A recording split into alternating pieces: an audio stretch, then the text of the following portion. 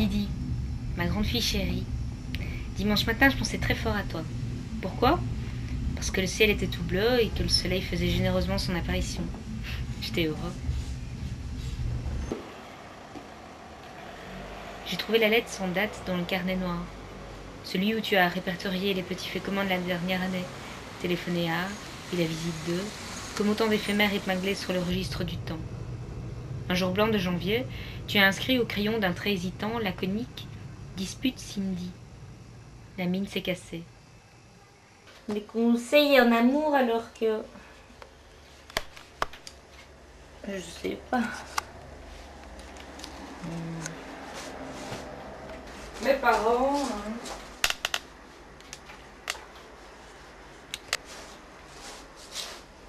Mais toi, t'aurais fait quoi?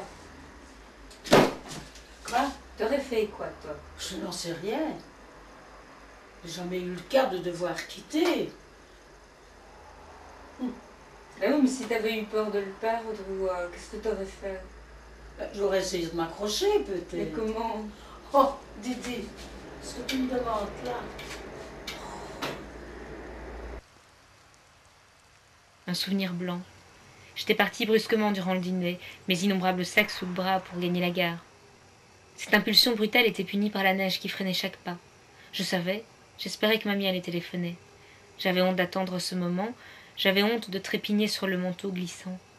Attendre ce moment où vous alliez me dire « C'est bon, arrête de bouder, Chess Dibouet. Tu n'as même pas fini de manger. » Papu n'est plus fâché et il s'excuse pour la gifle. Non, non, arrête ton truc, allez. Sinon, tu vas faire voir chaud. Pourquoi? Parce que tu m'as dit que ton truc tournait. Oh. Non, Et moi je suis belle, potin. oui, mais tu ne te mets pas dedans. Non, je veux que tu arrêtes ça. Hein. Je me coiffer un petit peu. Allez, va arrêter ça. Va arrêter ça. Quand j'aurais fait ma vaisselle, je me coifferais. Oh oui, t'es la plus jolie. Ben, tu l'as dit, t'es la plus... Je suis vraiment jolie. Allez, je le coupe. Tu coupes tout. Je suis arrivée à la gare. J'ai attendu. Je suis revenue silencieuse dans la maison, sombre. Tu étais embrumée de colère. Contre moi? Contre nous qui ne parvenions jamais à clôturer une conversation sans transport, sans rage, souvent feinte juste pour le plaisir de ne pas être d'accord? Nos batailles de mots. Ce soir-là, plus aucun mot ne résonnait dans la maison, sombre. C'est plus tard, peut-être un mois après que tu m'as annoncé que tu avais bien réfléchi, qu'il était de coutume dans la famille de ne pas en gâter un plus que les autres, mais qu'après tout j'étais la petite, et que pour moi vous pouvez bien faire une petite exception. Mamie courait de gauche à droite, comme si de rien n'était. Mais tu devais lui avoir parlé de tout cela durant la semaine. Je te connais. L'idée trottait, trottait. Et tu devais te réjouir de voir arriver le week-end, juste pour voir ma tête. Est-ce que ça te ferait plaisir si je te ferais une caméra? On en fait de joli aujourd'hui, tu sais, j'ai encore vu l'autre jour. Je sais plus ce que j'ai pensé, ce que j'ai dit. Des mots embrouillés et confus entre la surprise et la gêne. C'est vrai, j'en ai souvent parlé. Mais bon, je travaille pas. Est-ce que je le mérite? Oui, bien sûr, ce serait drôlement bien, mais enfin, tu sais combien ça coûte au moins. Et puis, pourquoi cette idée?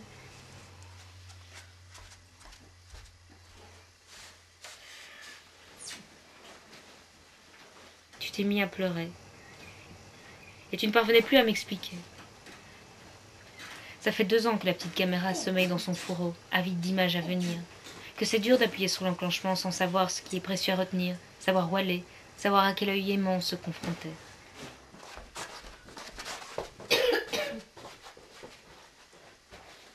Et tu vas photographier ton beaucoup, un lit avec 2 couvre-lits.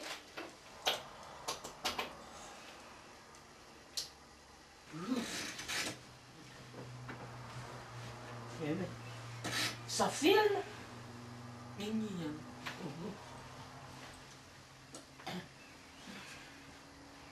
Si t'as pas un beau rhume de main, j'espère que non, hein, mais tu ne lis pas? Si. Tu veux que je t'apprenne à tricoter? Et puis tu jettes ta laine. Et puis voilà, à l'envers. Tombe sur la première aiguille. Et puis tu la rejettes là, à l'endroit. Et puis là. à l'envers, puis là, à l'endroit.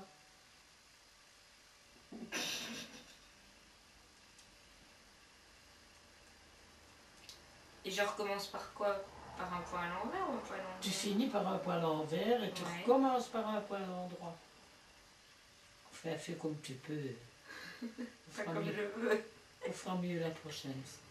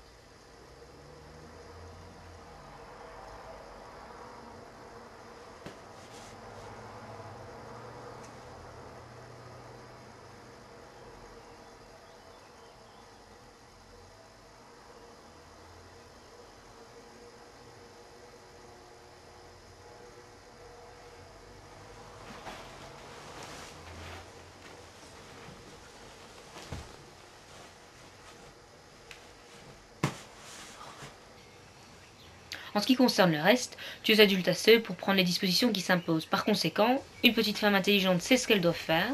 Néanmoins, et sans te rabâcher les oreilles, n'oublie pas les conseils de ton papy qui t'embrasse très fort.